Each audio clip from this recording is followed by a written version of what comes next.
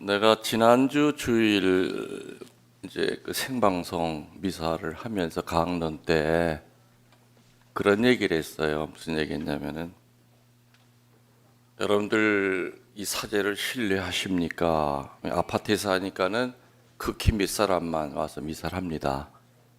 제가 이제 운영하는 그 카페에 전라도 방, 경상도 방, 제주 방, 뭐 해외 방들이 많아요. 그 방장들이 이렇게 몇 사람만 데리고 와서 신청을 해서 미사를 합니다. 그분들에게 여러분들 저 신뢰합니까? 아, 그러면요. 그래요? 그래서 제가 그랬죠. 근데 내가 아무리 얘기해도 안 믿는 게 세 가지가 있다. 궁금해. 막 하죠. 여러분들 궁금하시죠? 내가 아무리 얘기해도 안 믿어요. 첫 번째는 뭐냐? 나 아픈 데가 많다고 그래도 안 믿어요. 아이고 시부님 피부가 저보다도 더 좋으셔. 어디가 아프세요?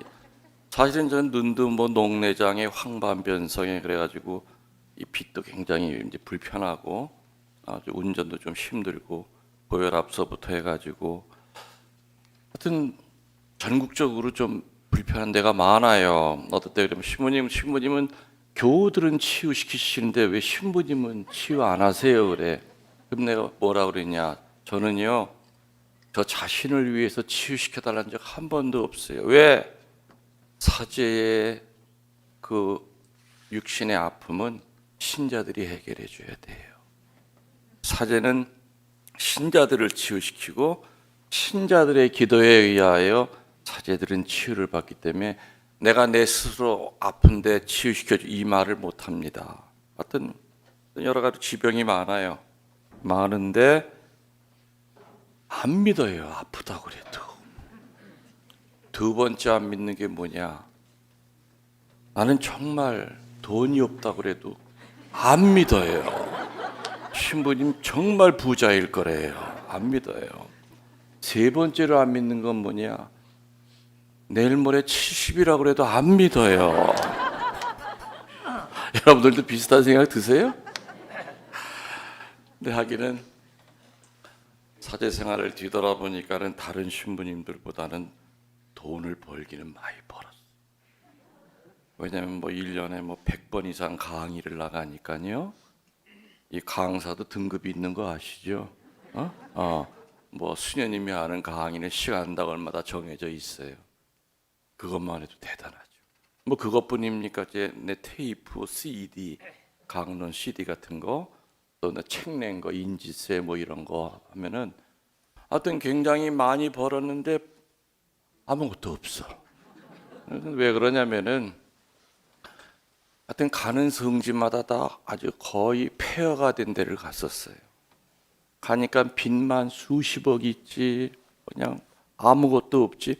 벌어오는 족족 다 갖다 집어넣은 거예요. 족족.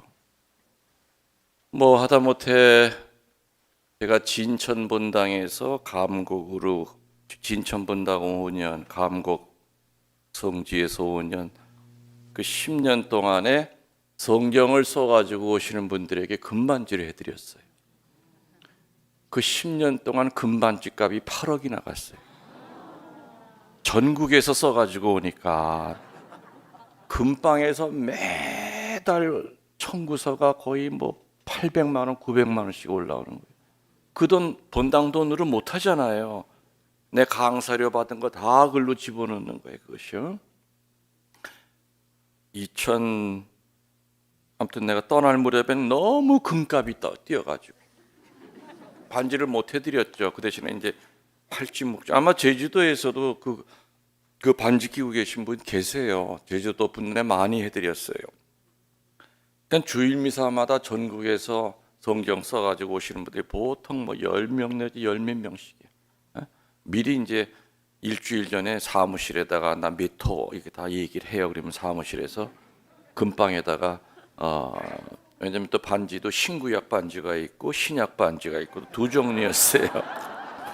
그 뒤에는 내 그 이름 그 서명이 있고 앞에는 신약 반지는 이제 NT 뉴 테스트먼트 그 시그널 이렇게 있고 또 구약 반지는 신구약 저 그냥 신구약 반지는 BI, 바이블 그 약자 이렇게 적었기 때문에 아무튼 그때 그거로 인하여 여러 분당에서 신부님들이 저거 해드려야 되겠다 그런 붐도 일어난 적이 있었죠.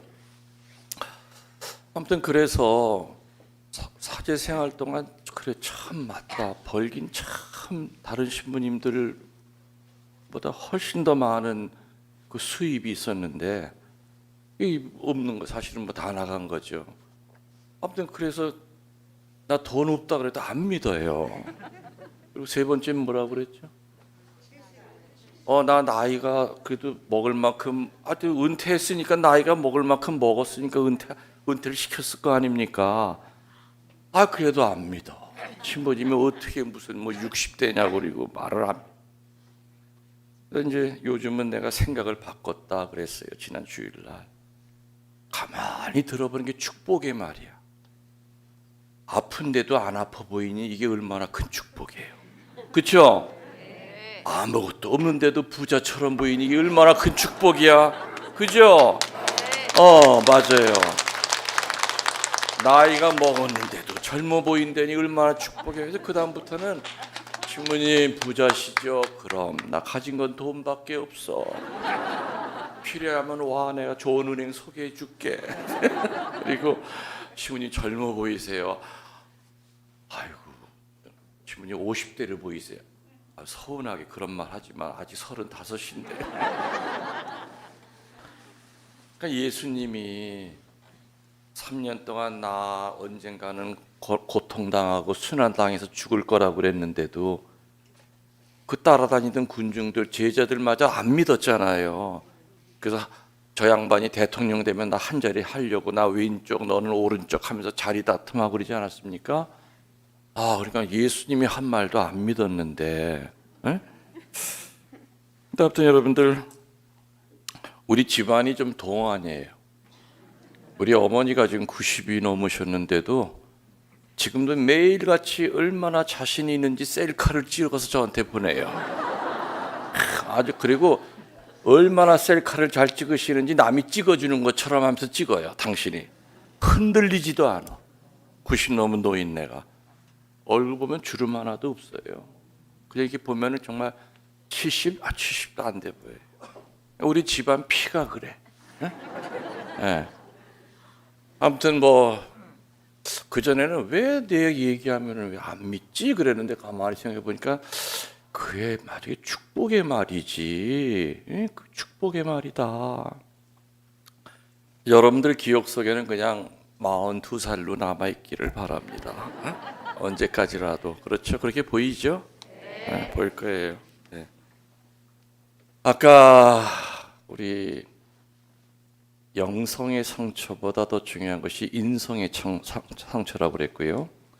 인성의 상처는 또렷이 기억하고 있는 의식 속의 상처도 있고 전혀 기억이 나지 않지만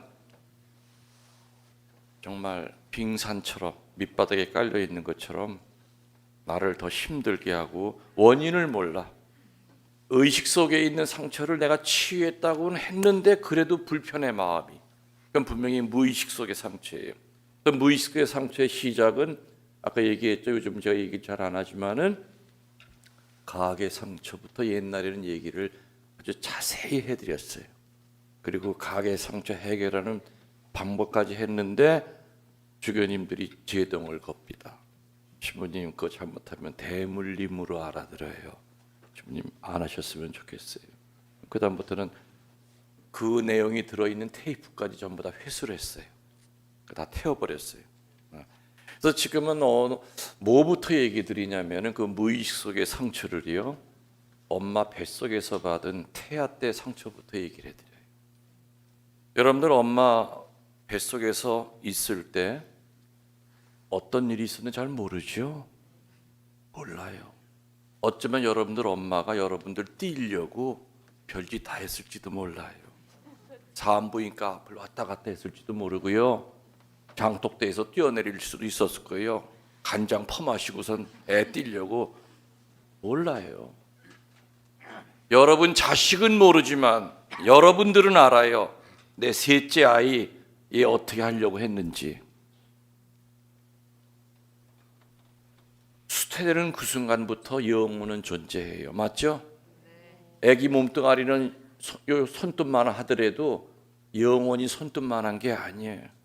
잉태되는 그 순간부터 영혼은 존재하기 때문에 내가 축복의 존재인지 어쩌다 생긴 암덩어리보다도 더 호시탐탐 나를 띄어내려고 하는 그런 비참한 존재로 내가 이 뱃속에 들어가 있는지는 태아들이 알아요.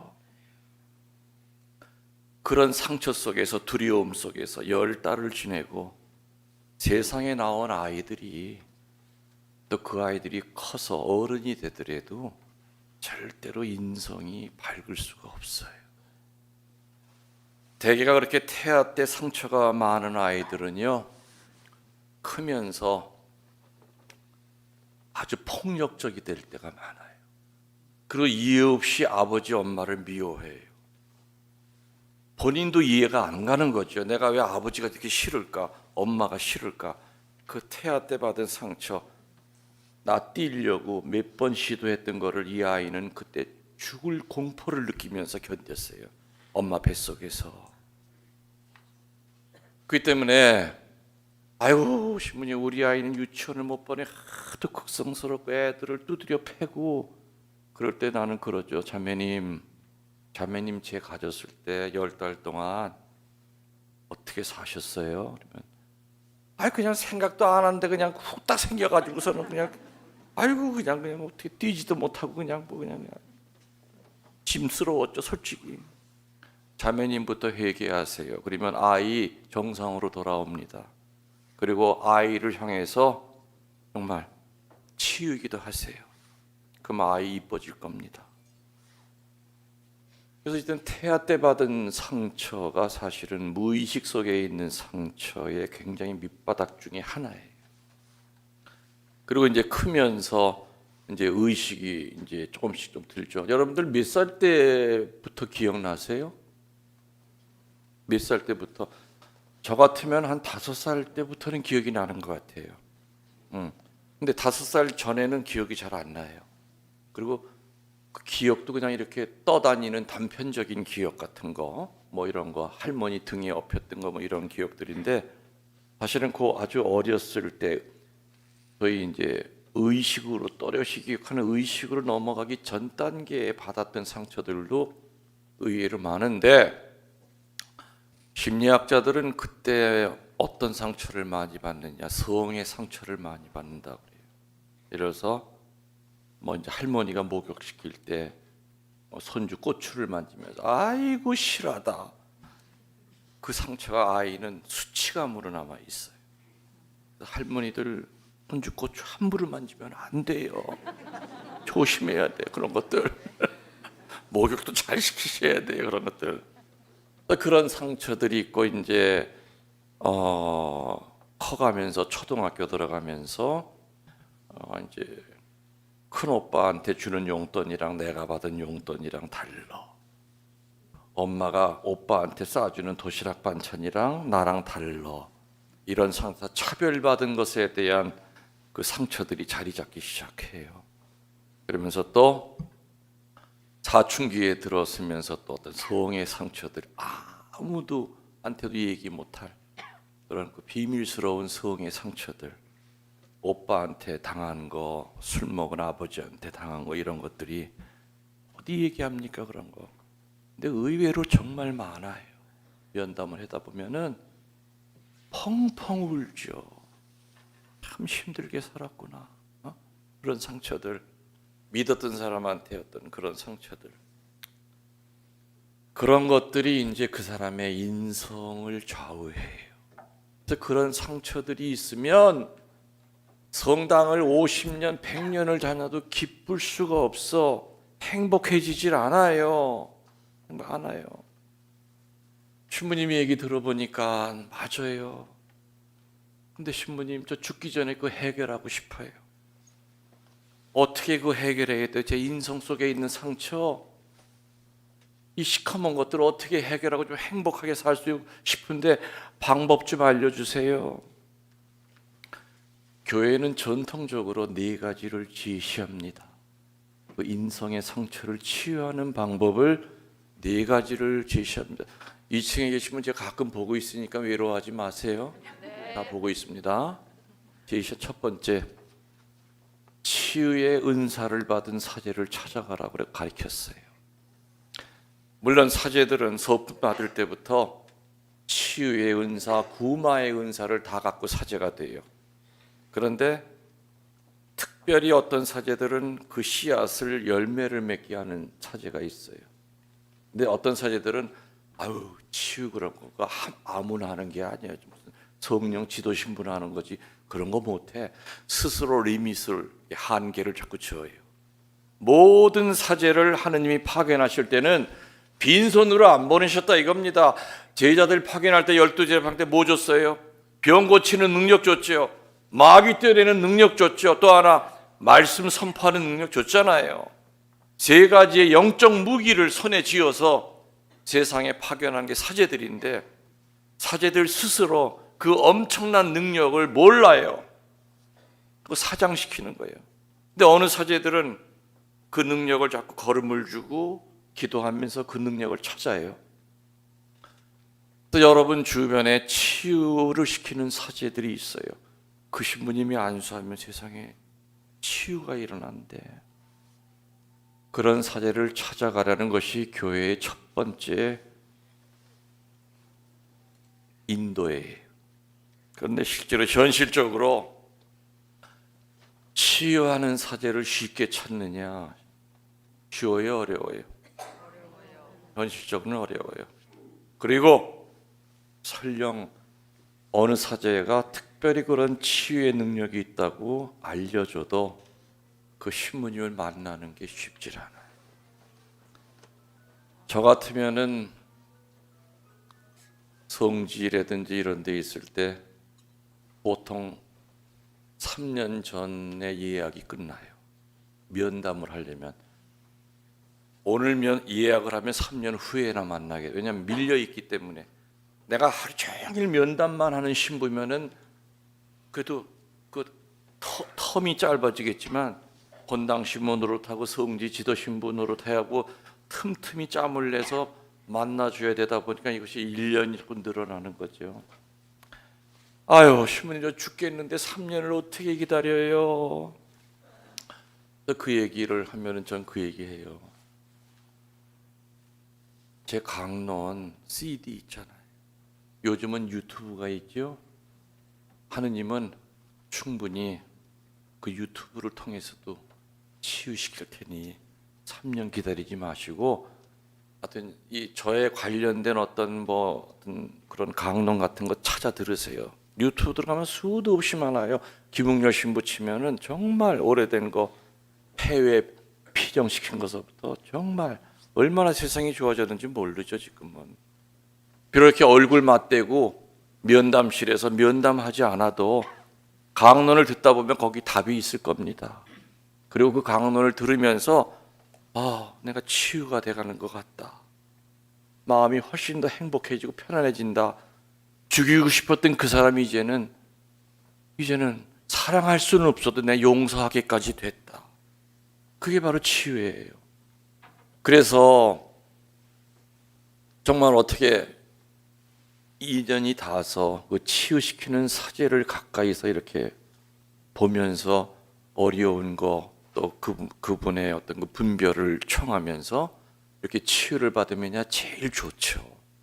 근데 현실적으로 그게 어렵기 때문에 차선책으로 그분의 강론이라든지 그분의 어떤 책 같은 거를 자꾸 읽으면서 치유를 하느님께서 충분히 하신다고 저는 확신해요. 그래서 교회는 이렇게 인성의 상처를 치유받은 사람이 치유받는 첫 번째로 치유의 은사, 치유의 카리스마를 갖고 있는 사제에게 도움을 청하라고 합니다. 이게 첫 번째고, 두 번째는 올바른 성사 생활을 하라고 가르쳐요. 올바른 성사 생활을 통하여 인성의 상처가 치유가 된다는 거죠. 특별히 칠성사가 다 중요하지만 특별히 고해성사와 성체성사. 올바른 성체성사를 영하려면은 당연히 깨끗해야죠.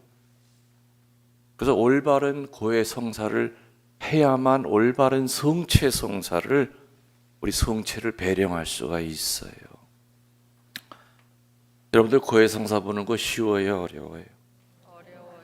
어려워요. 나도 어려워. 나도 한 달에 한 번씩 정기적으로 성사를 보지만 볼 때마다 무릎 꿇을 때마다 힘들어요. 여러분들이 얼마나 더 힘들겠어. 저는 그래서 고백회에 들어와가지고 끙끙거리다 나가는 사람들이 있어요. 이 양반 속에 있는 거 좀 터트리고 나가면 되는데 안타까워. 할 얘기는 요건데 요거는 안 하고 언저리만 빙빙 돌다가 나가. 좀 답답하죠. 그래서 저는 그러면 화살 기도를 써요. 주님, 저 사람 좀 성령께서 들어가셔서 저 사람 고백하는 거 좀 가로막는 그 어둠 좀 걷어내 주세요. 어떤 때는 끙끙거리다 내 울음이 터지면서 수십 년 묵었던 거를 끄집어내는 거야. 자매님 잘 오셨어요. 오늘 죄 사함 받으셨고요. 행복하게 사세요. 메주고리 아시죠? 메주고리에는 뭐 아직도 좀 논란이 많습니다. 1990년에 유고슬라비아 주교단들은 성모님의 어떤 그 발현을 거의 인정하는 분위기로 갔었다가 그다음에 2010 몇 년 때 그때는 또 교구장 주교가 별로 근거가 없다고 나섰고 2019년에는 아주 교황청에서 정식으로 순례는 허용한다. 그렇지만은 성모님 발현에 대한 것은 계속 검토하는 중이다. 그래서 순례는 가능해요. 그래서 순례지는 순례지지만은 성모님 발현하는 것에 대해서는 그거는 아직도 교회가 신중하게 검토하고 있으니까는 함부로 얘기하면 안 된다. 그런 현재 상황이에요. 요즘 뭐 코로나 때문에 이제 거기도 뭐 한국 사람들이 제일 많이 갔다 왔죠. 아마 여러분이 갔다 오신 분들도 계실 거예요. 뭐 발현자들 뭐 만나고. 근데 뭐 거기 이렇게 보면은 특별히 성모님께서 뭐 여러 가지 그 울타리, 영적인 울타리, 환난의 시대에 살아갈 수 있는 영적인 울타리를 얘기하셨는데 그 중에 하나가 사실은 그 고해 성사예요. 뭐라고 얘기하셨냐면은 성모님이 제일 우려하는 게 뭐냐면은 너무나 많은 사람들이 모고해의 죄에 빠지고 있다. 무슨 죄? 모고해, 거짓고해입니다. 거짓고해. 정말 죄를 이렇게 축소를 하든지 엉뚱하게 이렇게 각색을 해가지고 올바로 고해를 못해요. 성모님이 얘기하시는 걸 보면 모고의 죄는 지옥으로 바로 떨어지는 죄다. 그러면서 너무나 많은 내 자식들이 모고해 때문에 지옥으로 떨어지고 있다. 사제들아, 말려라, 가르쳐라. 어떤 일이 있어도 거짓 고해하지 않게 해라. 여러분들이 고해 성사 보려고 마음을 먹는 그 순간부터 마귀들은 준비하고 있어요. 모고의 죄에 빠지게끔 유도를 해요. 고백사 앞에 딱 서서 줄을 기다리고 있으면 그때부터 며칠 전부터는 내 진짜 그 고백해야지 마음을 먹었는데 내 차례가 다가오면은 그거 고백해가지고 신부님이 내 목소리를 아는데 나를 쳐다보는 눈빛이 달라지면 어떡하지? 이제 마귀한테 빠져들기 시작하는 거예요. 가끔 웃겨요. 어떤 양반은 음성 변조를 해요. 성부와 성자와 성령. 아유 그런다고 내가 몰라요. 이 사람 부회장이고 이 자매 총구역장은 뻔히 알지. 에? 성부와 한다고서 내 몰라 내가 말투를 보면 바로 알지. 아이고 참 속일 사람을 속여야지. 본당 신부를 속여요 그게. 그러니까 그게 모고해. 그런 것들이 이제 한번 음성 변조 자체가 모고해가 아니라 거짓 고해를 하는 걸 모고해서 성모님이 특별히 어떤 이 모고해에 대한 죄를 굉장히 경계하십니다. 그래서 올바르게 고해 성사를 보는 사람은 올바른 성체 배령을 하면서 생기는 가장 큰 영적인 이익이 뭐냐? 인성의 상처가 치유가 돼요. 의식이든 무의식이든 쌓였던 그 상처들이 하나씩 치유가 돼요. 성체만 정말 거룩하게 여겨도, 성체를 거룩하게 영하려니까 내 영혼이 깨끗해야 되고, 깨끗해지려니까 올바로 고해성사를 봐야 된다, 그 얘기예요. 알아들으셨죠? 무슨 얘기인지? 아멘. 세 번째로 교회가 가르쳐주는 인성의 상처를 치유하는 세 번째 방법은 성모님께 매달리라고 그랬어요. 성모님께 매달려라. 성모님께 전구청하라 이겁니다. 성모님, 나 너무 아파요. 가슴이. 성당 가도 해결이 안 돼요. 제 상처 좀 치유시켜 주세요. 미칠 것 같아요. 기쁘질 않아요. 행복하질 않아요. 성모님한테 매달리라고 그랬어요. 성모님 치맛자락 잡고 살려달라고 그랬어. 그리라 얘기입니다. 저는 성모님의 성지에 있었죠. 감곡, 매개성모, 순례지. 정말 많은 분들이 왔었어요. 정말 제주도에서도 정말 많은 분들이, 청주공항이 가까우니까는 많은 분들이 왔다 갔습니다. 그래서 정말 그 감곡의 경기가 다 달라질 정도고, 감곡의 그 톨게이트, 어느 날은 도로공사 사장한테 전화가 왔어요. 누구십니까? 도공사장이래. 왜 거셨어요? 그랬더니 감곡 IC가 톨비가 전국에서 꼴찌였는데 뭐 12위로 올라섰대요. 그래서 감사드린다고. 그래서 직원들한테 거기 감곡에 무슨 일이 있냐 그랬더니 거기 신부님이 하나 새로 왔는데 거기가 이제 순례지로 되고 그냥 사람들이 몇천 명씩 몰려든다 이거예요.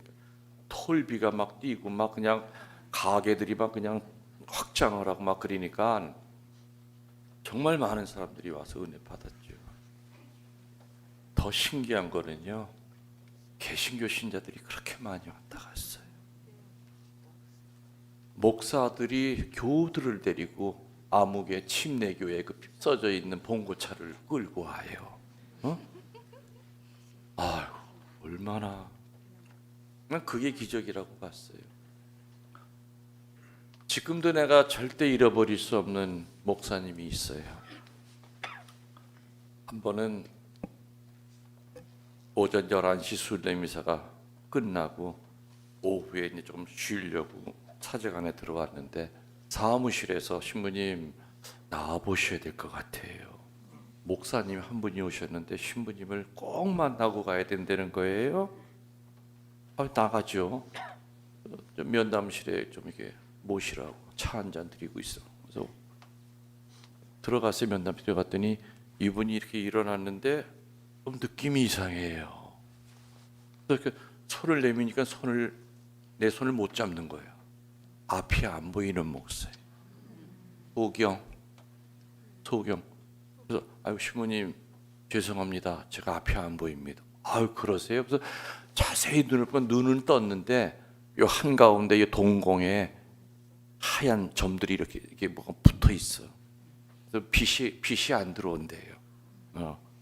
태생소경은 아니에요. 근데 이게 뭐 국민학교 5학년 때부터 눈이 이제 안 보이기 시작해서 이제 눈이 멀고 눈이 먼 채로 이제 신학교 들어가서 이제 목사가 된 분이에요. 근데 자기는 이제 어느 날 그 전부터도 감곡 성지에 찾아오기 전부터도 자기는 그 확신은 있었대. 성경을 읽어보니까 성모님을 사랑하지 않을 수가 없었대. 예수님을 낳으신 분이잖아요. 대통령의 어머니도 우리 얼마나 존경합니까? 하물며 구세주를 낳으신 분인데 왜 우리 개신교에서는 성모님을 못 잡아먹어가지고 오만 소리를 다 할까? 그러던 참에 가까운데 천주교 신자를 하나 알아가지고 묵주기도를 배우기 시작했대요. 주머니에 있는 묵주를 끓이는데 반질반질해 나무 묵주가. 뭐 이런 목사님이 다 있어. 깜짝 놀랐죠. 묵주기도를 한다니까. 그죠? 아이고 그러세요 목사님. 근데 여기 어떻게 오셨어요? 예, 밖에 그 천주교 신자가 이렇게 안내해서 여기까지 왔습니다. 그러면서 그 신자가 신부님 CD를 줬대요. 시리즈로 되어 있는 걸 다 들었대. 그러면서 신부님 그 CD 들으면서 참다운 성모 신심에 대한 것을 기초부터 배웠대요. 나 저 신부님 만나러 가야 되겠다. 자매님 좀 데려다 다오. 그래서 오신 거예요. 하여튼 많은 얘기를 나눴어요. 얘기를 나누면서 이제 선물로 내 묵주도 이렇게 드리고, 그래서 이제 그 다른 분이 모시고 온 분이 모시고 이제 갔죠. 야, 참 희한하네. 목사님이 묵주 기도를 저렇게 많이 하시네. 아주 너무너무 기분이 좋았죠. 그다음 일주일이 지났나? 전화가 왔는데 전화를 받으니까 신부님 하면서 막 울어요. 어떤 형제가. 아니 울지 마시고 전화하셨으니까 용건을 얘기하시오 그랬더니 신부님 일주일 전에 신부님 만났던 박 목사예요. 예. 그날 잘 가셨어요. 근데 왜 우세요? 그랬더니 저는 그 양반은 아버지도 목사고 형도 목사예요. 성모님 때문에 하여튼 아버지랑 그렇게 많이 싸웠대요. 왜 성모님을 미워하냐고 아버지 설교할 때. 성모님한테 왜 그렇게 못되게 구냐고. 그래서 하여튼 아버지가 아무튼 그냥 싫어했대요. 자기는 난 얼핏 생각에 성모님 성지로 왔다 가니까 아버지한테 또 뒤지게 혼났나 보다. 그래서 우십니까? 아니에요. 근데 왜 우세요? 신부님 저 어쩌면 좋아. 눈이 보이기 시작한다는 거예요. 눈이. 목사님 진짜예요? 예. 이제 형태가 보이는데 빛이 이렇게 들어오면서 아직 선명하진 않지만은 이제는 아무튼 이렇게 뭐 물건 같은 게 대략 보여서 이제 피해갈 수가 있대요. 보이는데 아직 자꾸 좀 연습 중이라는 거예요. 그래서 자기가 강국 성지 갔다 와서 3일 만에 그 현상이 벌어져서 안과를 갔대요. 안과를 가서 이제 검사를 했더니 그 안과 의사가 아이 목사님 웃기네. 보이긴 뭐가 보여요? 의학적으로는 여전히 소경해. 근데 본인은 보이는 거예요.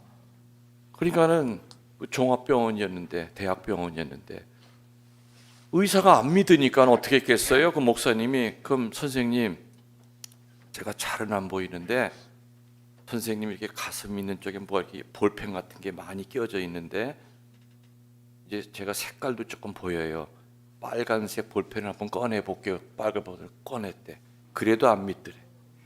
그래서 그 다음에는 일어서서 선생님 그 의자 뒤에 거기 저 창문가에 뭐 풀 같은 거 난 같은 게 이렇게 보이는데 제가 가서 그걸 잎을 집을게요. 몇 가지를 갖다가 했대요. 증명해 보였대요. 손 닦는 세면대 가서 이게 비누죠.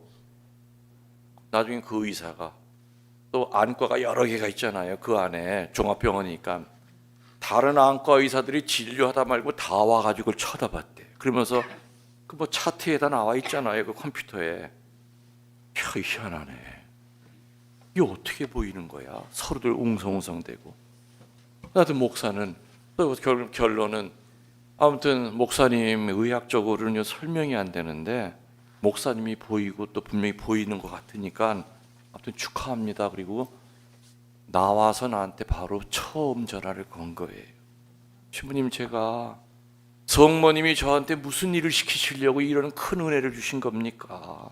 그래서 제가 목사님한테 세상에 목사님의 믿음이 성모님이 목사님을 살리셨네요. 그 믿음 때문에. 그리고 묵주기도를 그렇게 열심히 하시는 목사님이신데 신부보다도 더 묵주기도를 많이 하는 목사님이신데 아주 축하합니다. 저는 막 같이 막 전화기 들고 울었어요. 정말 성모님 감사합니다 하면서 그 목사님은 그러면서 그 목사님 하는 얘기가 신부님 12월 마지막 날에 자기가 버스 타고서는 신부님 만나러 가겠대요. 혼자 오실 수 있겠어요? 아니 열심히 연습하면은 분명히 지금보다 훨씬 더 잘 보이기 때문에 12월 31일 날 그 미사 때 자기 가겠대. 그래서 2달 후엔 12월 30일이 됐어요. 진짜 이 양반이 왔을까 우선 미사 때 보니까 맨 앞줄 가생이 앉아 계신 거예요.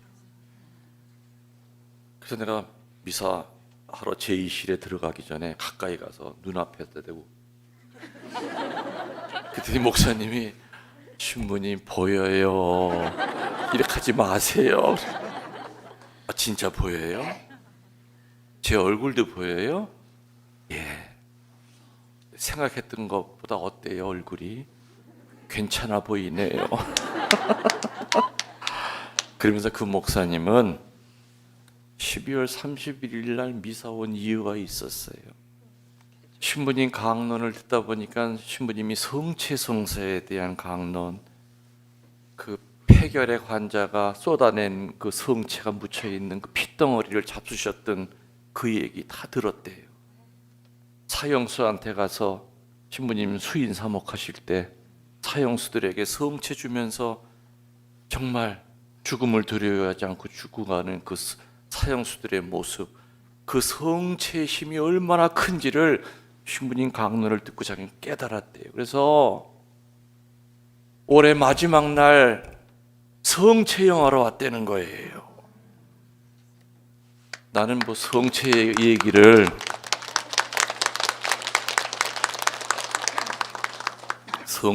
시작하시길래 짐작은 했어요. 혹시 오늘 미사 때 또 성체 달라고 그런 거 아닌가? 목사님한테 성체 줄 수 있어요? 없어요? 못 주시죠. 안 돼요. 그래서 내가 목사님 어떻게 해요? 내 맘 같으면 드리고 싶은데 정말 이 정도 믿음이면 성체형할 자격이 있다고 저는 충분히 생각이 되는데 우리 교회법이 그게 안 돼요. 그럼 신부님 저 어떻게 해야 성체형할 수 있니? 그러면서 본인이 대답하는 거예요. 저 개종하면 돼요. 그러는 거예요. 그래서 제가 목사님 좀 진정하시고 이렇게 욱하지 마시고 좀 참으시고, 목사님의 눈을 뜨게 한 이유가 성모님한테 분명히 있을 거다. 아마 목사님은 목사님으로서 성모님을 알리라는 사명을 받으신 것 같다, 내 생각에.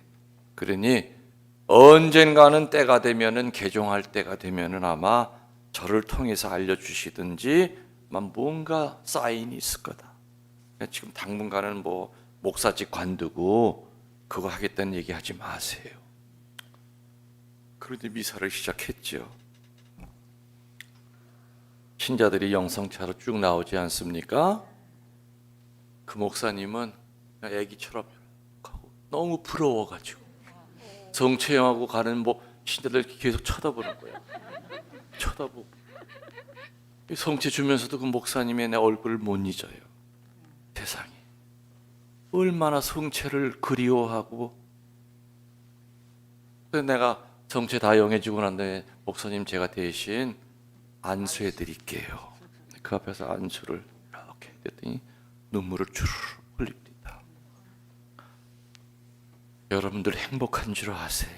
아멘. 그죠? 행복한 줄 아세요?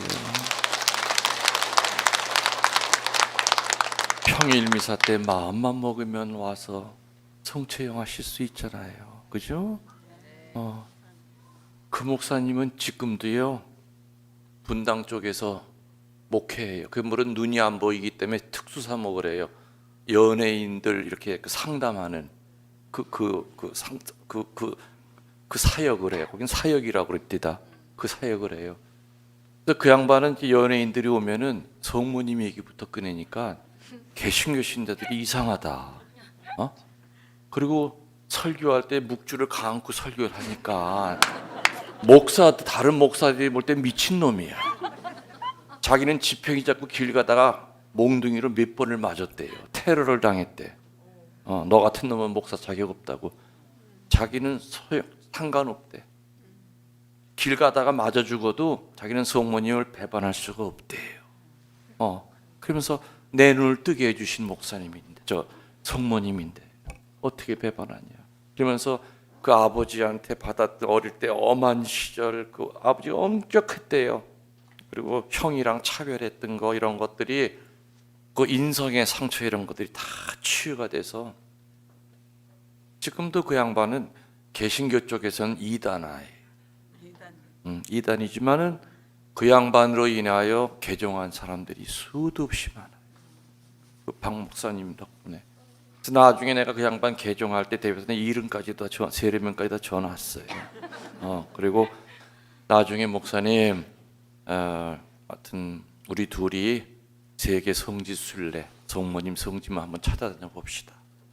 그때는 사제와 평신도를 가겠죠. 개종을 한 후니까, 목사직을 관뒀으니까. 그래서 지금도 가끔 전화가 와, 신부님 아직 성모님한테 연락 못 받으셨어요? 신부님 저 정말 성체형하고 싶어요. 그리고 그냥 이거 다 훌훌 벗어버리고 목사리 이런 거 벗어버리고 정말 천주교 신자로 그냥 평범하게 살고 싶어요. 아직 성모님한테 아무 연락 없으셨어요? 매일 카톡을 보긴 보는데 아직은 아무 연락이 내가 없다고. 그래서 인성의 상처를 치유시키는 세 번째 방법으로 성모님께 전구 청해라. 이 성모님에 대한 얘기는 이제 내일 좀 더 다시 성모 신심 얘기는 다시 더 깊이 들어갈 겁니다. 마지막 네 번째로 인성의 상처를 치유하는 네 번째 방법으로 교회의 가르침은 뭐냐? 빛이 강한 곳으로 찾아가라고 그랬습니다. 빛이 강한 데가 어디예요? 제주도 앞바다? 성지, 홀리랜드. 성지는 여느 땅이랑 달라요. 그 성지에는 수많은 순교자들의 피가 뿌려진 곳이요, 수많은 신자들이 죽음으로 신앙을 증거한 것이기 때문에 성지는 일반 땅이랑 달라요. 저는 성지에서 성지 지도 신부로 있을 때 아까 여러분들한테 얘기했듯이 여러분들 여기까지 오기까지 차 빌려가지고 뭐 몇 사람이 같이 가느냐, 다 인간적인 노력에 의해서 이렇게 온 것 같지만 그게 아닙니다. 성지는 아무나 밟을 수 있는 땅이 아닙니다. 하느님이 부르시는 사람만 밟을 수 있습니다. 오늘 여러분들처럼, 여러분들도 하느님이 불러서 오신 것처럼 특별히 성지는 빛이 강해요. 빛이 강한 곳에 하느님의 치유가 있어요. 저는 거의 한 19년 동안 매월 첫 토요일을 신자들과 같이 지냈어요. 그걸 하여튼 참 많이들 오셨죠. 은총의 밤, 강곡에 있을 때는 기도 찬미의 밤이라고 이름을 붙였고요. 첫 토요일 날 줄여서 기찬밤, 기도 찬미의 밤. 베티에 와서는 은총의 밤을 줄여서 은밤이라고 그랬어요. 그리고 은퇴했던 요 마지막 서운동 성당에 와서도 은밤을 계속하다가 작년 2월 달 딱 코로나 시작할 때부터 못했어요. 그리고 못하고 이제 은퇴를 했어요. 은퇴했죠. 그 은밤 때 한 달에 한 번씩 와가지고 전국에서 오죠. 마음이 아픈 사람도 오고 행복한 사람도 오고 와가지고 그 다음에 들려오는 여러 가지 그 치유받은 얘기 이런 거 들으면은 그래도 한 번 오게 되면 또 오게 돼요. 매달 오게 돼요. 저 어떤 분은 18년 동안 단 한 달도 안 빠지고 오신 분도 있어요. 18년 동안을 그 첫 토요일 신심 미사를 드리기 위해서. 근데 미사만 하고 끝나는 게 아니라 저 6시서 오후 6시부터 시작해가지고 밤 12시 안수까지 다 끝나죠. 그렇게. 그리고 또 저는 개인적으로 성인 유회를 약 한 90여 분 모시고 있어요. 그때가 되면은 제가 모시고 있는 성인 유회가 제단 앞에 다 이렇게 모셔집니다. 그래서 나중에 성인 유회 친구도 하고 예수님이 지셨던 그 십자가 나무, 그걸 보목이라고 그래요. 십자가 보목도 제가 모시고 있기 때문에 그 십자가 보목 수녀님들이 들고 앞에서 이렇게 뺨에다 대드리면 저는 뒤에서 안수를 해드리고, 어떤 눈이 오나 비가 오나 그런 빛이 강한 쪽으로 많은 교우들이 찾아와서 많은 치유를 받고 갔다는 얘기죠. 하여튼 뭐 좀 간단히 얘기 드리면은 네 가지라고 그랬어요. 첫 번째 치유사제를 찾아가라. 두 번째 올바른 성사생활하라. 특별히 고해성사 볼 때 뭐 조심하라고요? 모고의 죄에 빠지지 않게끔. 내 죄가 아무리 진홍색처럼 붉어도 고해서에서 무릎을 꿇을 때는 어떤 죄든지 주님은 사해 주세요. 그리고 고해서에는 사제만 있는 것이 아니라 사제 옆에 예수님이 같이 계세요. 사제가 사제의 입을 빌려서 예수님께서 성부와 성자와 성령의 이름으로 이 형제의 죄를 사나이다. 사제가 얘기하는 것이 아니라 예수 그리스도가 직접 얘기하시는 것이죠. 그렇기 때문에 예수님 앞에서는 부끄러울 것도 없고 숨길 것도 없고 음성 변조할 것도 없고 자막 처리할 것도 없다 이거예요. 아셨어요? 그래야만 성체를 통하여 치유가 일어나요. 다 연결이 되어 있어요. 이거는 연결이. 마지막 네 번째는 뭐라고요? 세 번째 뭐라고요? 성모님께 전구청해라. 특별히 묵주기도 하셔야 돼요. 저는 그런 말까지 해요. 묵주기도 안 하는 사람은 천주교 신자 아니라고까지 해요. 그 정도로 강조를 해요. 내가 어디 피정 가서 그 얘기하니까 발끈합니다. 어떤 형제 손 딱 드니 신부님 저 묵주기도 안 해요. 저 천주교 신자 아니에요? 오, 얻어 맞을 뻔했어 내가 한 번도. 쫓아나오려고 그럽니다. 아이고 형제님 진정하시고 제가 그럴 정도로 묵주기도가 중요하다는 얘기죠. 근데 형제님 묵주기도 안 하니까 그렇게 자랑이요? 아주 공개적으로 다 소문 났네 오늘 날짜로. 여러분들 요한 바오로 2세가 하신 많은 업적 중에서요. 정말 이거는 하느님께서 시키셨다고 하는 거가 빛의 신비를 선포하신 거예요. 아시죠? 빛의 신비. 이제야 비로소 예수님의 일생이 전부 다 정리가 됐고 이제는 완벽한 관상기도가 됐어요. 가장 아름다운 관상기도가 로사리오 기도예요. 저는 신학생 때부터 어떤 분심이 들었냐면요. 한의의 신비하고 고통의 신비로 또 바로 넘어가. 영광의 신비하고 중간이 끊어진 거예요. 왜 예수님의 공생활 그 중요한 부분이 왜 없을까? 그 신학교 때 영성지도 신부님한테 몇 번을 물어도 야, 왜 그 어려운 걸 왜 나한테 물어? 나도 몰라. 옛날부터 신비가 세계인 걸 나보러 어떡하라는 거요? 그래서 저는요 그때 당시에 신학교 2학년 때부터 분심이 들어서 묵주기를 못 하겠는 거야. 그래가지고 저 혼자서 5개를 찾아냈어요. 그래서 아무한테도 얘기 못하고 또 뭐 이상한 소리 들을까 봐 제가 만든 그 5개를 가지고 계속 해왔어. 그러다가 교황님께서 빛의 신비를 선포하느라 저 펑펑 울었어요. 내가 신학생 때부터 무슨 죄나 지은 것처럼 아무도 모르게 혼자 만들어서 했던 그 5개 중에서 4개가 맞은 거예요. 4개가 얼마나 기뻤는지 그날. 응? 칠려면 치고 박수를 안 칠려면 안 치고.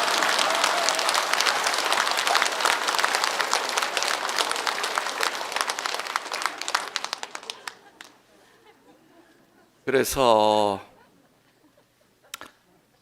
묵주기도 안 하는 사람은 천주교 신자가 아닙니다라는 말을 할 정도로 저는 강조를 해요. 제가 군종 신부를 여러 해 했어요. 저는 예비역 소령으로 이제 제대를 했는데 제가 군종 신부 하면서 여러분들 성모님 상본 아시죠? 성모님 상본만 내가 뿌린 게 한 2만 장이 돼요. 다른 신부님들은 용돈이 생기면 초코파이를 샀어요. 근데 저는 초코파이도 사지만 제일 먼저 성모님 상본을 신청했어요. 군복 주머니마다 성모님 상본을 꽂고 집차 타고 지나가다가 군인만 보이면 세워서 하나씩 줬어요. 아주 추운 겨울날 커피를 끓여가지고 군정병이랑 같이 최전방 GP를 방문했죠. 이 앞에는 철책선이야. 저쪽에선 이북에서 스피커 소리가 들려. 영하 30도가 넘어요. 그러면 군정병이 커피 포트를 들고 이제 둘씩 보초 쓰고 있는 데로 올라가요. 그럼 이제 암호 하면 이제 암호 다 돼요. 참 총 맞죠. 또 이제 누구세요? 그러면 신부님이야. 아이고 신부님 이 밤중에 어떻게 오셨어요? 그 군정병이 새로 왔어. 새로운 레지 데리고 왔어. 그래서 커피 포트 들었으니까. 근데 어느 초소에 갔더니 병장 아이랑 이등병 아이가 둘이서 쓰고 있는데 짝대기 하나 다른 거예요. 이등병. 아이고 귀여운 거, 너 언제 왔어? 그랬더니 훈련소에서 온 지 며칠, 한 2주일 된대요. 근데 얘가 너무너무 어두운 거야, 마음이. 예? 그래서 저는 항상 커피 따라주고 난 다음에 춥니? 그러면 춥다고 그러겠어요. 괜찮습니다 하고 소리 지르지. 그런데 너 엄마 보고 싶니? 그러면 고개를, 추운 건 얼마든지 참겠는데 엄마가 보고 싶은 거야. 고개를 푹 숙여. 아이고 이놈 보게 엄마 보고 싶은가 보다. 오늘 신부님이 새 엄마 하나 소개시켜 줄게. 주머니에서 성모님 상본을 한 장 꺼내가지고 얘따 잘 받아. 오늘부터 이분이 네 새 엄마다. 신부님 저는 불자입니다. 자식아 상관없어. 불자든 뭐든 이분은 온 인류의 엄마야. 너 오늘부터 이분에게 기도하면은 제대할 때까지 머리털 하나 아마 건드려 무사히 네 친엄마한테 돌아갈 거야. 이렇게 뿌린 상본이 수만 장이에요. 어느 날 병장 아이가 제대 인사를 하러 사제관을 왔습니다.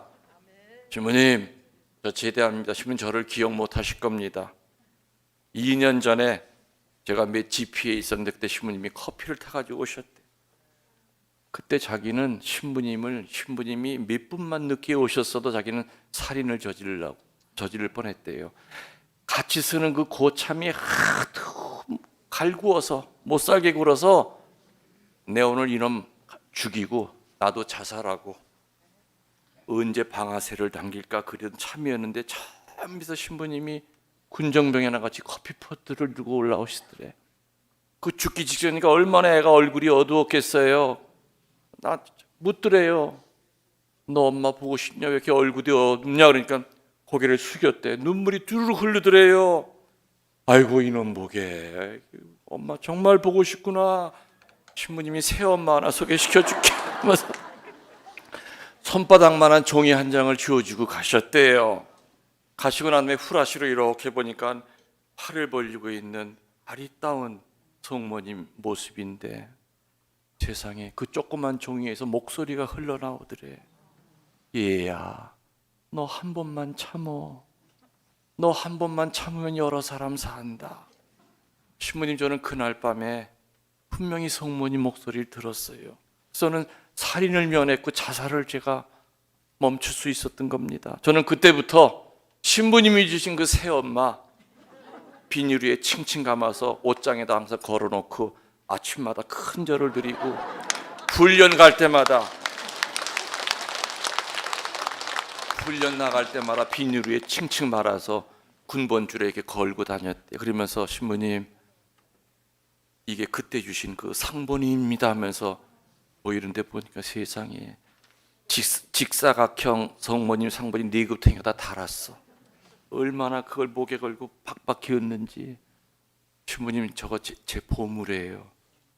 저 세례도 안 받은 사람이지만요 고향 부산에 가면은 열심히 교리 배워서 신자 돼서 성모님한테 받은 은혜 갚겠습니다. 가서 교리 배워서 세례 받고 1년 있다가 견진 받고 수도원에 들어갔어요. 수도원에. 지금도 얼마나 열심히 잘 사는 수사님인지 몰라요. 아주 거룩하게 살죠. 솔직히 그 상번 그때 돈으로 20원인가 30원 했어요. 성모님은 그 상번 하나 가지고도, 그죠? 쏴 죽이고 지 자살해봐. 그 부모들 가슴은 그 어떻게 메꿀 거예요?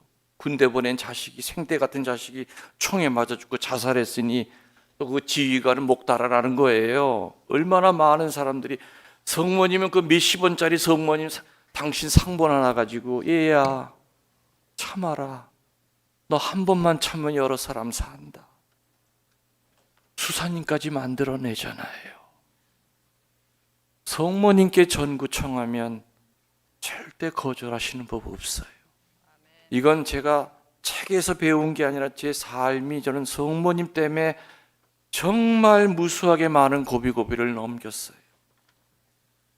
그래서 성모님께 전구 청하세요. 그리고 묵주기도 안 하시던 분들 오늘부터 시작하세요.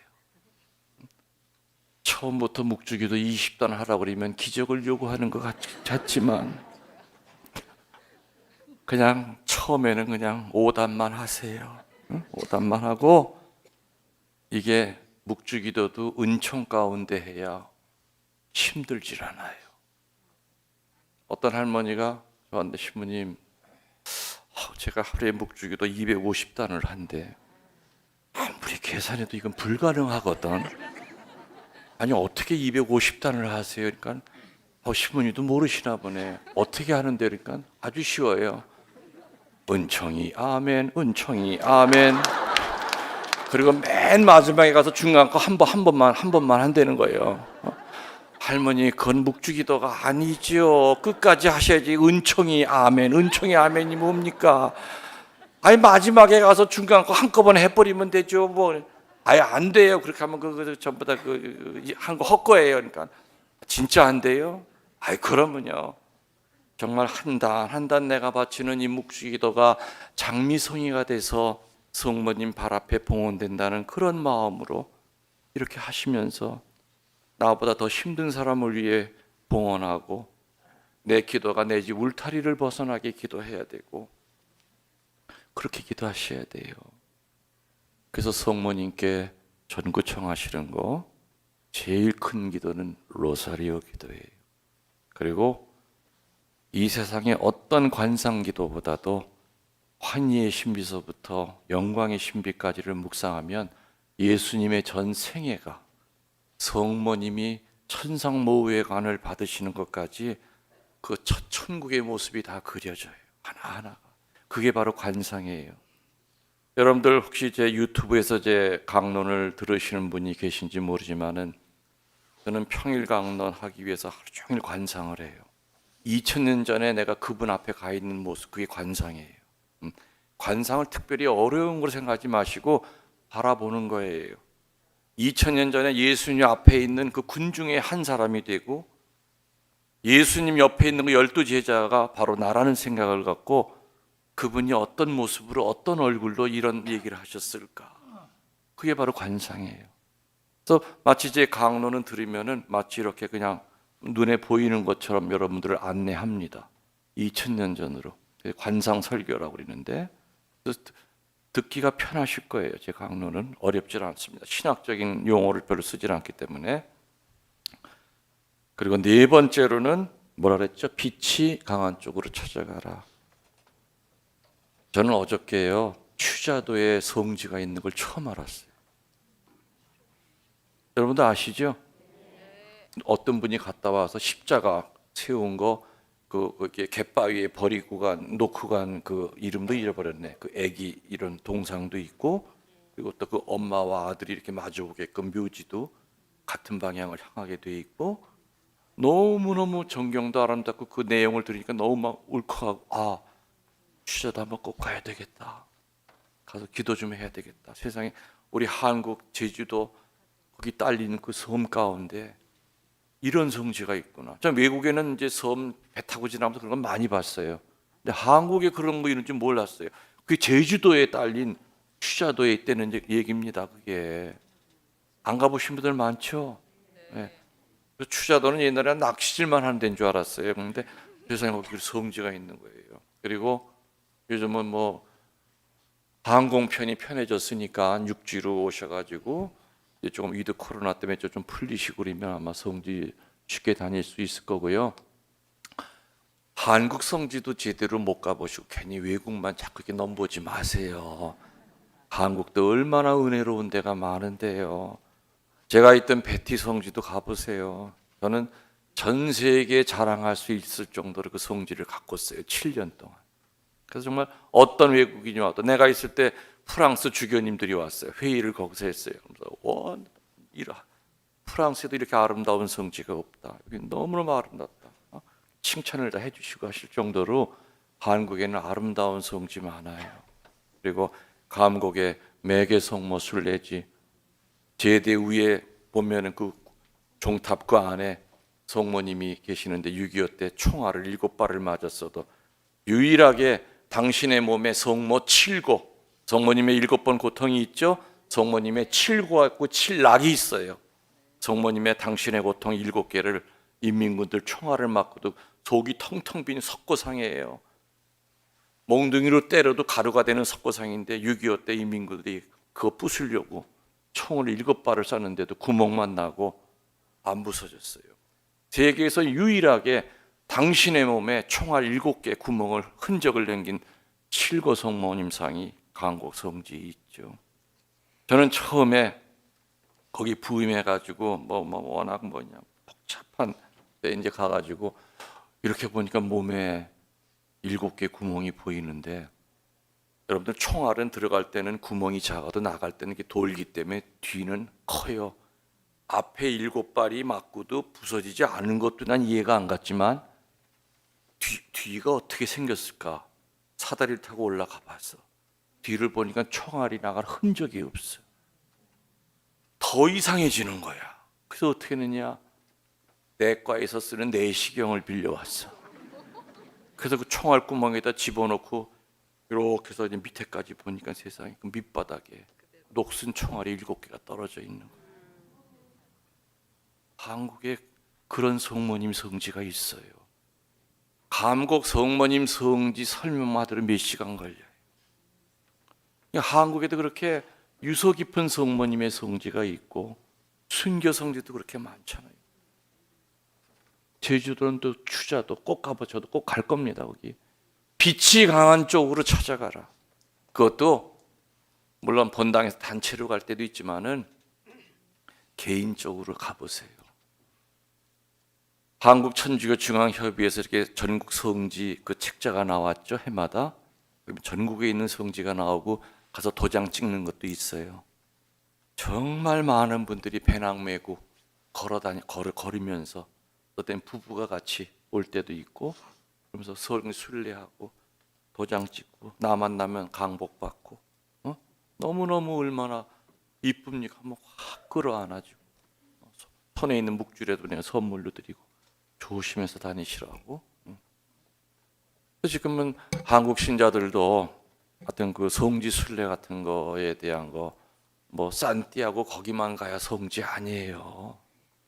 한국에도 얼마든지 연결해가지고 은혜 받을 수 있는 빛이 강한 성지가 한국에도 너무너무 많아요. 이제는 한국도 역사가 이제 200년이 넘었지 않습니까? 천주교 역사가 작은 역사가 아니에요. 그게 유럽은 죽어가는 어떻게 보면은 꽃이 지는 상황, 아직도 펴 있는 상황이기 때문에 꼭 찾아가시기 바랍니다. 오늘 3일 동안 강론하면서 치유가 일어나는 것에 대한 이야기를 여기까지 이제야 끝났어요. 두 번째로 이 3일 동안에 뭐가 일어날 거냐? 구마가 일어날 거예요. 구마가 뭐예요? 고구마 줄임말이에요. 마귀를 쫓아내는 걸 구마라고 그러고요. 마귀가 달라붙는 걸 부마라고 그래요. 마귀가 들린 사람을 부마자라고 부르고 마귀를 쫓아내는 전문적인 사제를 구마사제, 영어로는 엑소시스트라고 그래요. 그 말이 바로 옛날에 영화 있었죠. 엑소시스트. 그게 구마사제라는 뜻이에요. 그리고 그때 행하는 예식이 엑소시즘, 구마 예식이에요. 이 구마 사제는 본인이 하고 싶었다고 되는 건 아니에요. 구마의 권한은 교구권 주교님 교구장한테만 있어요. 그래서 주교님이 직접 할 수가 없기 때문에 교구에서 그런 능력이 있는 사제를 선발을 해서 주교님의 그 권한을 갖다가 위임하는 거죠. 그래서 항상 구마 예식 하기 전에는 양식에 의해서 전부 다 써서 구마를 하겠다고 하는 걸 주교님한테 청하고 허락을 받아야 돼요. 끝나고 나서도 결과를 보고를 해야 돼요. 항상 저는 돌아가신 정진석 추기경님이 청주교구 주교님으로 계실 때 그때 이제 구마권을 위임을 받아서 계속 해왔습니다. 근데 베티 성지에 오면서부터 구마 예식을 안 했어요.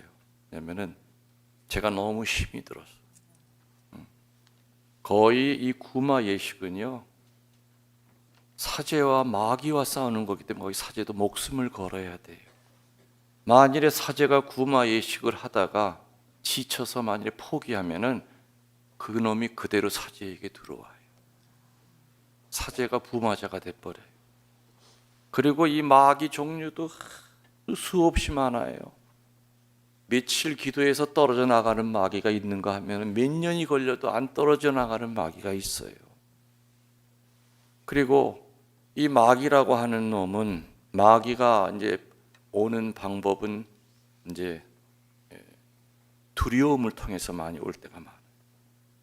뭐 예를 들어서 여러분들 뭐 차 타고 갈 때 괜히 이렇게 뒤가 뭐가 서늘해지고 그런 두려움 주는 거, 공포 같은 거를 마귀가 줄 때가 있어요. 그런 때가 있어요. 그래서 그런 거를 갖다가 이제 우리들이 모든 게 다 마귀의 장난이라고 우리가 이렇게 판단할 수 없지만은 아무튼 공포 그 자체를 마귀가 조종할 때가 많아요. 그런 말 그대로 이제 또 부마, 마귀가 정말 그 사람을 잡는 건데 이 부마는 전인적인 부마가 있고 존재론적인 부마가 있죠. 전인적인 부마는 뭐냐? 24시간 들고 날뛰어요. 팔다리 묶어놔도 다 끊어버리고 정신병원에 가둬놔도 그 3m 높이를 뛰어올라서 형광등을 끄집어내서 지 손목을 그어요. 쇠창살을 갖다 휘어서 머리를 디밀고 떨어져 내리려고 그래요. 누가 봐도 저건 마귀 들린 사람이고 전인적인 부마자예요. 24시간 마귀가 들려 있어요. 그런데 제 경험으로 볼 때는 그렇게 24시간 들고 날뛰는 마귀는 좀 공포스럽고 무섭지만은 시간이 걸리지만 반드시 뛰어냈어요. 진짜 어려운 부마자는 뭐냐? 존재론적인 부마자예요. 절대 마귀 티를 안 내요. 그러면서 그 사람의 약점, 과거의 상처라든지 악습이라든지 어떤 때는 집안의 어떤 어두운 부분 이런 걸 가지고 그 사람을 완전히 망가뜨리면서 그걸로 안 끝나요. 그 주변 사람들을 같이 망가뜨려요. 그래서 안 건드리는 데가 없어요. 음란 마귀도 존재론적인 부마 가운데 하나예요. 음란에 빠져 있는 사람들. 술마귀 있어요. 마귀들. 폭력마귀 있어요. 본인은 왜 신부님 뭐 남자가 술 좀 먹기로 이게 마귀예요? 왜 뭐 내가 볼 때 마귀 들린 걸. 여러분들 얼마 전에 복음이 그거였죠. 나병 환자 10명이 내려와 가지고 그중에 사마리아 사람 하나 있었죠. 스승님, 선생님 자비를 베풀어 주십시오. 그랬는데 다른 때 같으면 달려가서 상처에 손을 대고 치유시켰을 그분이 그날은 사자에 가서 니들 몸 보여! 끝이야. 이 뭐야 여기까지 목숨 걸고 내려오네. 또 사제한테 가라고 그래? 사제가 있는 마을로 들어가다 돌에 맞아 죽을 텐데 그래도 이래주구나 저래주구나 마찬가지다. 끝까지 갈 때까지 가보자고서는 10명이 손을 잡고서는 가는 도중에 어떻게 됐다고요? 치유가 됐어. 그런데 그 다음부터가 이제 반전의 드라마야. 치유받은 사람은 10명인데 사마리아 사람 하나만 하느님을 찬미하면서 주님 앞에 와 엎드려서 감사를 드렸죠. 예수님 입에서 무슨 말이 나와요? 허허 이상하구만. 내가 분명히 10놈을 내가 치유시켰는데 어찌 너 하나 오냐? 9은 도대체 어디 있단 말이냐라는 말로 성경이 끝나요. 그 9명의 행방이 2000년 동안 신학자들의 잉크를 흘리게 했던 거예요. 저도 긴 세월 동안 연구를 했어요. 그 9명이 어디가 있을까? 그래서 내가 여기 오기 일주일 전에 드디어 그 답이 나왔어. 알려드릴까 말까. 몇 명이 안 왔다고요? 3명은 어디 갔느냐? 병이 났자마자 몽둥이 들고 마누라 두둥겨 패러 갔어. 왜? 나 나병 걸렸다고 딴 남자랑 살고 있어. 나 버린, 나한테 모멸감 주고 상처 줬던 인간들 보복하려고 나 이제 건강해. 니놈들 내 가만 안 놔도 나 문둥이라고 없이 여겼겠다. 가만 안 놔도 두둥겨 패러 간 거야. 두 번째 3명은 몸이 낫고 난 다음에 어디 갔느냐? 야, 그동안 못 먹었던 술 실컷 먹자. 나병에 걸렸을 땐 술을 먹어도 받지를 않아. 오늘 술독에 빠져보자 하면서 술집으로 3명이 달려갔어요. 예수님한테 먼저 가지를 않고. 이제 몇 명 남았어? 3명 남았죠? 그 3명은 어디 갔느냐? 아이고, 그동안 여자 냄새 못 맡았는데 창녀집에 가서 실컷 즐기자고 창녀집으로 들어갔어. 2000년 동안 풀리지 않던 수수께끼를 내가 풀은 거예요. 예수님이 9명 어디 갔느냐? 그때부터 이 질문은 답이 없었는데, 다시 말하면요, 치유받은 사람이 아까도 내가 처음 얘기했지만은 하느님께 감사기도 하지 않으면 마귀새 쌍둥이가 같이 들어와요. 폭력마귀, 음란마귀, 술마귀가 때로 몰려 들어와요. 사마리아 사람 하나만 왔다 이 얘기죠. 맞죠? 그래서 이 존재론적인 부마자들은 안 건드리는 데가 없이 건드려요. 우울증에 빠지게 할 때도 있어요. 물론 모든 우울증이 다 마귀 장난은 아니에요. 또 병마라는 게 있어요. 그 사람 마귀를 떼어냈더니 병도 같이 낫는 경우가 있어요. 성경에도 예수님 그랬죠? 마귀 떼어내니까 병도 같이 나요. 그걸 병마예요. 모든 병이 다 마귀의 장난은 절대 아니에요. 그렇지만 어떤 경우에는 마귀를 떼어냈더니 그 사람의 그 불치병이 이렇게 같이 낫는 경우도 많이 봤습니다. 그래서 이 마귀를 떼어내는 중요한 건 그거예요. 그거보다 더 중요한 건 여러분들 마귀 있는 것 같아요? 없는 것 같아요? 그거부터 물어봅시다.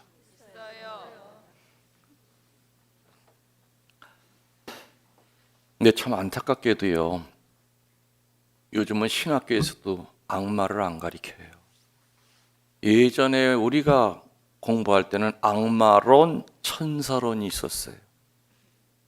정확히 배우고 나왔어요. 요즘 신학교에서는 아예 그 교수들, 젊은 교수들 자체도 로마, 독일 이런 데 가서도 아예 그 공부를 하는 사람이 없어요. 없다 보니까는 뭐라고 얘기하냐, 다 철학적인 개념으로 그냥 몰아버리는 거예요. 무슨 그게, 야 그거 신화야 신화. 예수님이 마귀랑 싸운 게 그것이 신화하고 소설이에요? 여러분도 어떻게 생각하세요? 예수님 마귀랑 싸운 거 맞아요? 틀려요? 마귀가 정말로 정확한 악마예요. 악마랑 마귀는 다릅니다.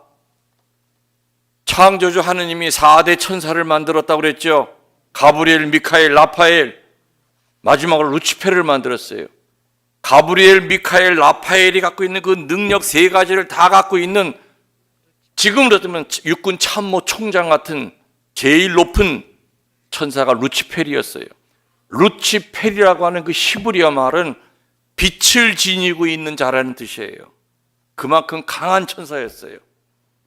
근데 그 졸개들이 자꾸 이제 부추겼어. 장군님이 여기 차지하셔야 됩니다. 한번 쿠데타 일으키세요. 이 등신 같은 루치펠이 그 소리 듣고 반란을 일으켰는데, 아니 피조물이 창조주한테 이길 수 있어요? 없어요? 말이 안 되는 거죠. 당연히 지구 천국에서 쫓겨났죠. 루치펠이라고 하는 그 아름다운 이름을 뺏기고 그 대신에 붙여진 이름이 사탄이라는 히브리어 말은 하느님과 등을 돌리고 있는 자, 그 뜻이에요. 그 사탄이라는 말을 한국말로 번역한 게 악마예요. 성경에 예수님은 졸개 마귀랑 싸운 것이 아니라 그 왕년에 천국에서 그 루치펠, 하느님께 대들었던, 성부께 맞짱 떴던, 그래서 쫓겨났던, 성부께는 안 되니까 이제 성자께, 인간으로 네가 바뀌었으니까 너는 나보다 약할 거다 하여 그 악마 두목 루치펠이 예수님과 다시 맞짱을 떠 나온 거죠. 그리고 그때 천국에서 쫓겨날 때 같이 나갔던 그 졸개들을 우리는 네불이라고 그래요. 영어로. 한국말로는 마귀라고 그래요. 마귀 또는 악령이라고 그래요. 악령. 그래서 예수님은 광야에서 예수님을 유혹했던 것은 시시한 졸개 마귀가 아니라 마귀 두목 악마, 그 왕년의 루치펠이라고 하는 그 엄청난 빛을 지니고 있는 자라고 하는 칭호를 받았던 천사 중에 천사, 그 루치펠이 예수님과 맞짱을 뜬 거죠. 그래서 아무튼 참 이게 굉장히 종류가 많습니다. 그래서 피정하면서 제가 따로 뭐 이렇게, 물론 제 피정 가운데는 할 때는 보면은 아프신 분도, 오늘 여기 혹시 못 오신 분들 가운데, 가까운 분들 가운데 좀 아프신 분들이 있으면은 초대하세요. 하여튼 이 앞에 자리라도 깔아서 어떤 신부님과 같이 자리를 마련해 드릴 테니까는, 저는 직접 이렇게 치유 기도를 하면서 안수를 해서 치유를 청하는 경우도 있지만은, 저는 많은 경우는 강론을 하면서 바로바로 치유 기도를 들어갑니다. 예를 들어서 지금 이쪽 부분에 어떤 분은 심장이 굉장히 안 좋으신 분이 좀 앉아 있어요. 정기적으로 검사하고 약을 드시는 분이 있어요.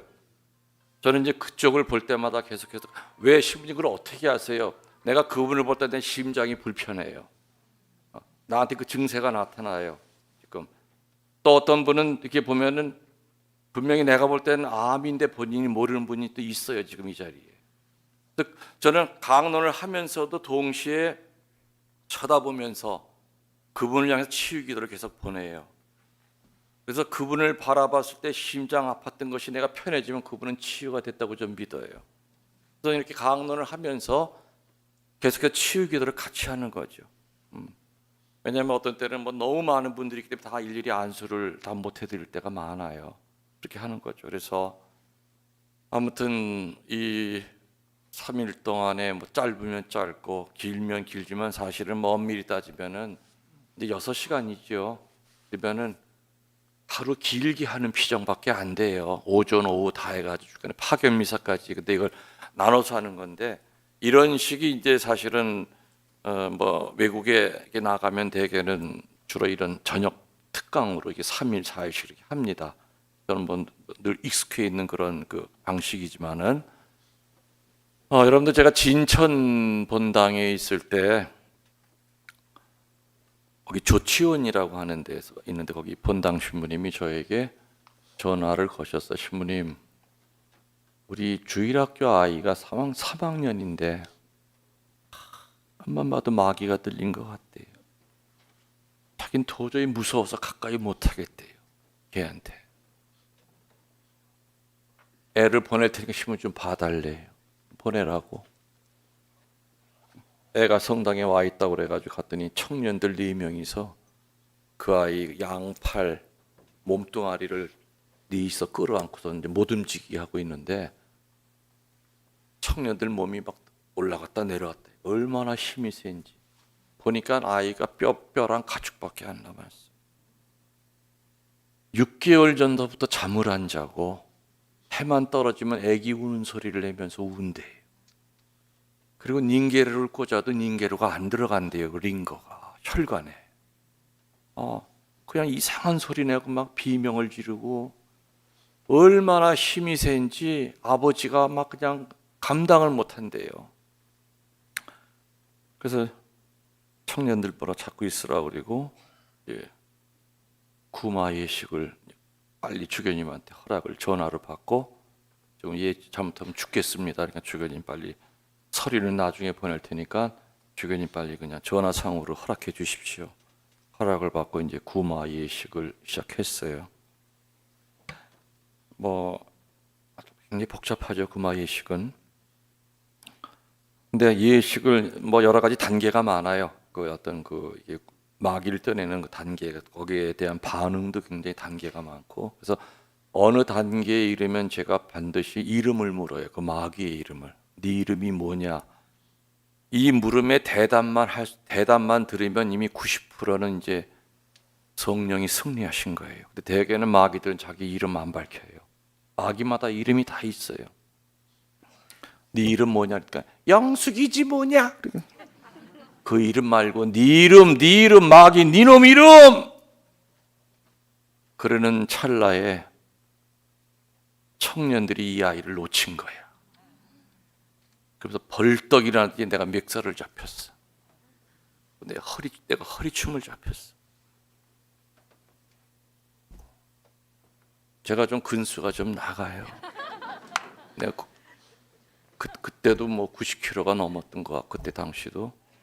그때 이 아이는 6개월 동안 아무것도 안 먹고 링거도 안 들어가니까 28kg인가 밖에 안 돼.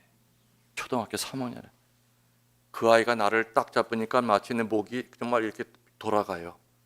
지금 목이 좀 꺾이는 줄 알았어. 얼마나 뼈다구 남은 힘으로 이걸 잡는데, 그때 세상에 내 몸뚱아리를 번쩍 드는 거야.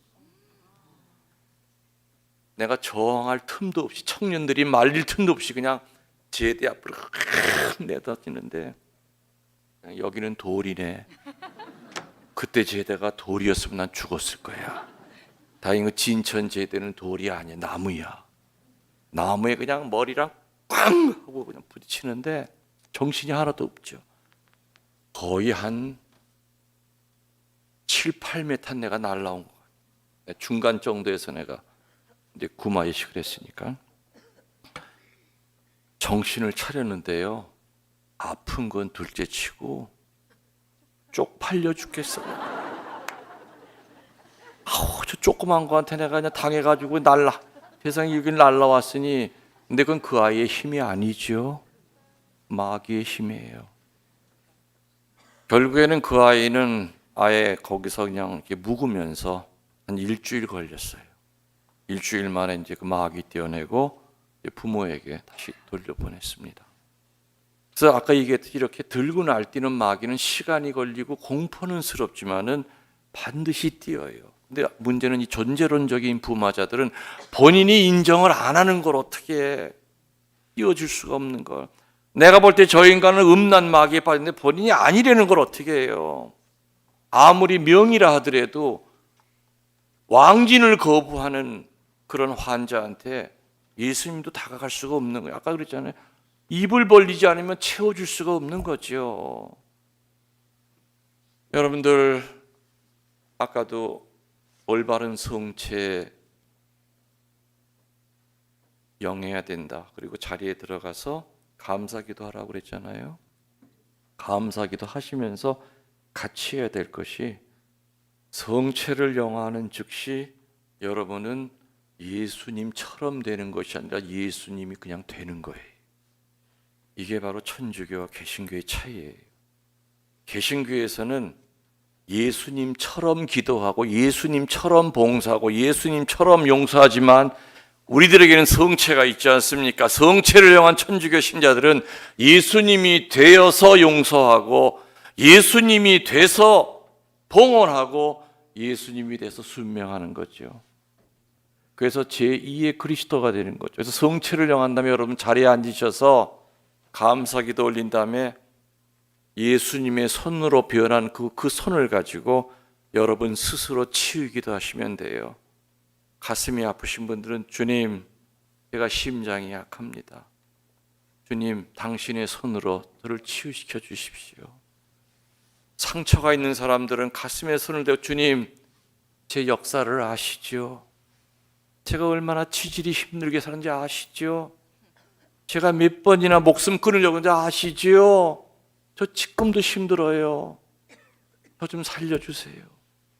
성체를 향한 직후의 그 손은 예수님의 손이기 때문에 성체를 향하기 전까지는 성가를 부르더라도 성체를 향하고 자리에 앉으시면 그땐 성가 부를 시간이 아니에요. 스스로 치우기도 하고 구마기도 하실 시간이에요. 주님, 제가 요즘 마음이 이상해요. 자꾸 어두워요. 나쁜 생각만 하고 옛날에 용서했다고 생각했던 그 사람이 다시 죽이고 싶도록 미워해요. 마귀가 들어온 것 같아요. 내 인력으로는 안 돼요. 도와주세요. 스스로 성체의 힘으로 구마기도 하시고 치우기도 하실 수 있다 이거죠. 아셨죠? 무슨 얘기인지. 그리고 3일 동안 여러분들이 이제 그런 기도 하실 수, 그렇게 하시고 제가 도와드릴 거예요. 그리고 또 실제로 이 3일 동안에 어차피 제가 여기 온 것도 내가 내 발로 온 게 아니고 여러분이 온 것도 여러분 발로 온 것도 아니기 때문에 그분은 이미 다 계획을 갖고 계세요.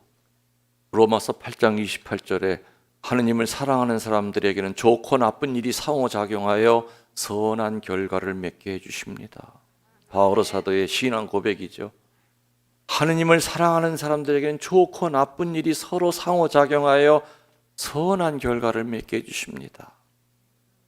그런 일이, 그 선한 결과가 이 대림절 맞이 한국에서 2년 만에 처음 가장 이 남쪽 이 제주도에서 그런 역사가 분명히 일어날 거라고 저는 확신합니다. 아멘. 예.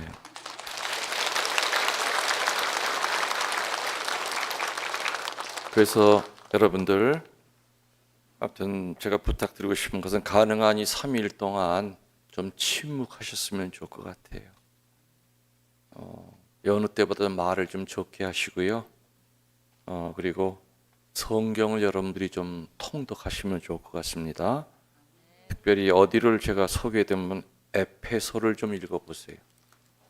에페소를 1장부터 쭉 한번 읽어보시고 그리고 난 다음에 그거 다 읽으시면 테살로니가를 전서 후서를 한번 읽어보세요. 그리고 마지막으로 야고보서를 읽어보세요. 그 세 가지. 첫 번째 뭐라고요? 에페소 읽고 그 다음에 테살로니가 전후서, 그 다음에 마지막 야고보서를 읽으세요. 쭉 읽으면서 3일 동안 그걸 읽으시려는 거예요. 뭐 내일 중에 다 읽으시려는 것이 아니라 오늘 이제 신부님 오늘 뭐 집에 가셔서 읽으실 수 있죠. 오늘 내가 뭐 읽어야 되겠다. 뭐 그 순서는 상관없어요. 야고보서를 먼저 읽어도 되고 테살로니가를 나중에 읽어도 되고 순서 상관없고 세 가지는 분명히 읽으시면서 침묵하시라는 거 제가 부탁드리고요. 그리고 두 번째로는 말씀을 듣고, 또 한 가지 좋은 방법은 유튜브에 들어가셔가지고 제 강론, 제 김웅렬 신부 치면은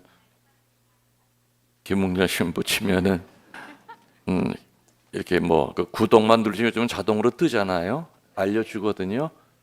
그거 들으시면서 하루 종일 들으시면서 하여튼 말씀을 좀 하여튼 가까이 이렇게 향기처럼 이렇게 돌게 좀 해주세요.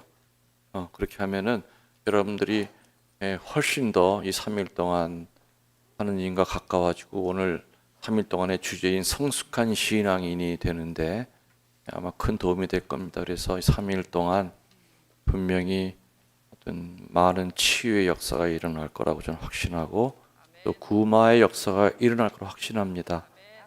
그리고 또 여러분들 지금 이제 유튜브로 촬영했기 때문에 오늘 요거 들은 거를 여러분들이 또 바로 또 보실 수 있죠. 아마 지금 이 실시간이기 때문에 아마 전 세계에 있는 신자들이 지금 보고 있을 거예요. 제 그 구독하시는 분들이. 그러니까 여러분들만 지금 들으시는 것이 아니라 아무튼 코로나 이 힘든 시기를 지나고 다시 부활하려고 하는 많은 분들이 이런 영적인 지금 이 잔치에 같이 동참하고 있다는 거 여러분들이 의식하시면서 내일 하루 기쁘게 보내시고 그리고 내일 저녁은 제가 7시 반에 미사를 드릴 겁니다. 미사 끝나자마자 바로 하게 될 겁니다. 영광이 성부와 성자와 성령께 성부와 성자와 성령의 이름으로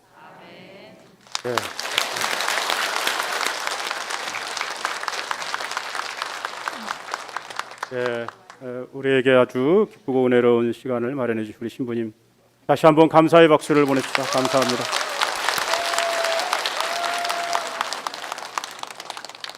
예, 그러면은 그 신부님이 말씀하셨듯이 내일은 7시 30분 미사와 함께 시작을 합니다. 그래서 오늘처럼 들어오시면서 그렇게 이렇게 하시면 될 것 같습니다. 그러면 가실 때 질서를 지키면서 잘 돌아가시기 바랍니다. 고생들 많이 하셨습니다. 감사합니다.